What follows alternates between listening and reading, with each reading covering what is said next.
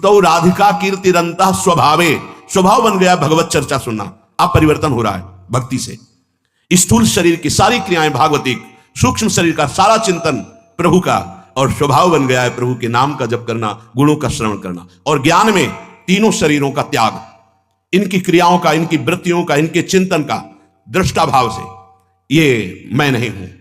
मन ही बंधन और मोक्ष का कारण बताया गया है। यदि आपका मन देह भाव से विषयों में विचरण करता है तो आप चाहे भगत हो, चाहे ज्ञानी हो, चाहे योगी हो, चाहे कर्मयोगी हो, कुछ नहीं है। सीधी बात समझो।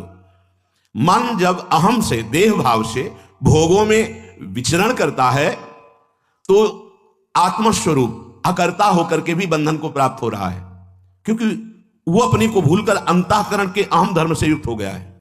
भक्ति मार्ग में जब खूब भगवान नाम जप होता है और मन निष्पाप हो जाता है, एक अद्भुत आनंद प्रकट होता है। उसी आनंद में उसे अपने आराध्य देव की रूप माधुरी दिखाई देती है।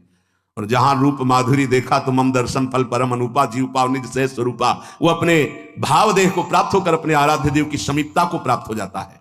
मूढ़ता के कारण कि ये शरीर मैं हूं और ये शरीर के भोग जितना मैं भोगूंगा सुखी हो जाऊंगा, बहुत बड़ा भ्रम है। और इसमें प्रायः सब लगे हुए हैं, कोई बिरला इस भ्रम से अलग हो पाता है। ये मैं हूं इस शरीर को मानने के कारण आप विविध नामों में, विविध रूपों में फंस गए।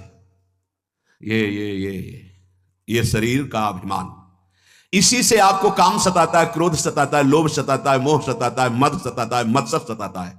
किसमें? देहाभिमान में। मैं नाना प्रकार की नीच गतियां प्रदान करने वाला ये मैं अंतःकरण का जीव की दुर्गति कर देता है। जैसे अभी सब दुर्गति ही हो रही।